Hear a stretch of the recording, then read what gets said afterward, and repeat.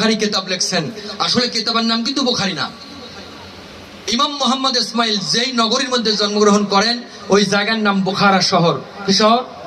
Bukhara. এখন প্রশ্ন হলো, বুখারী নামে তো পরিচিতি, তাহলে কিতাবের নাম কি? কিতাবের নাম কিতাবাল মুক্তাসার। অগণিত কিতাবের মধ্যে থেকে সামান্য একটা ছোটি কিতাবের নাম বুখারী। সুবহানাল্লাহ পড়েন। এই বুখারীর একটা ঈমান অধ্যায় আছে, হুজুরের আছে না বাবা?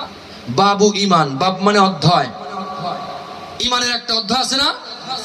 তো আল্লাহ পাক জিজ্ঞাসা করবেন, তোমার ঈমানের নাম কি? আল্লাহর নবী বলে দেন, হুব্বে রাসূল বিল ঈমান। সুবহানাল্লাহ পড়েন। যদি কেউ ঈদে মিলাদুন নবীর বিরোধিতা করলো, সেই ঈমানে আঘাত করলো। কিসে?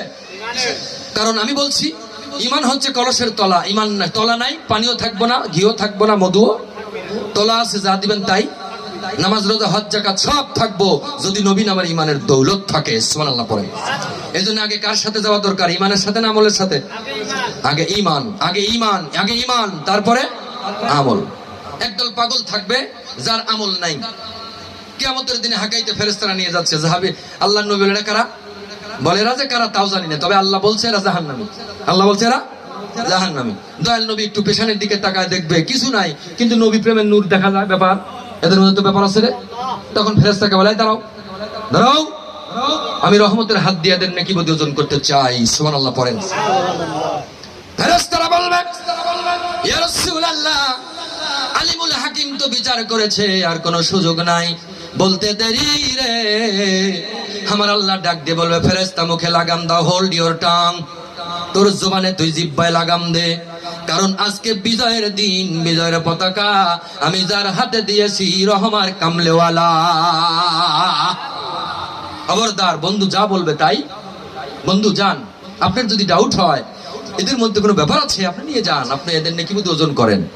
আল্লাহর নবী বলবেন, চলো যাই, মিজানের কিনারে চলে যাই। এবার মানুষগুলো দাঁড়ায়া থাকবে, আল্লাহর নবী রহমতের হাতটা মিজানের পাল্লায় লাগায় দিবি, দুইবার নেকি নাই বদির ওজন হয়ে যাবে। আমার মায়ার নবীজি জুব্বা মোবারকের ডান পকেট মোবারক থেকে একটা কাগজের সুরকুট নেকির মধ্যে নামায়া দিবি, মুহূর্তের মধ্যে বদি কেটে গিয়া নেকির পাল্লা ওজন হয়ে যাবে।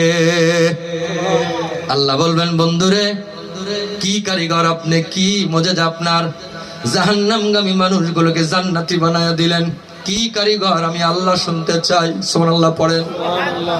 আমার নবীজি বলেন, ওই মানুষগুলো জান্নাতে চলে যাবে। ফেরেশতারা বলবে, কি ব্যাপার, তোমরা তো জাহান্নামী ছিলে, জান্নাত পাইলে কেমনে? বলে, ওই যে একটা মানুষ সবুজ পাগড়ি পরে আছে, ওর ছিলায়। বলে, চিনোনি তারা কে?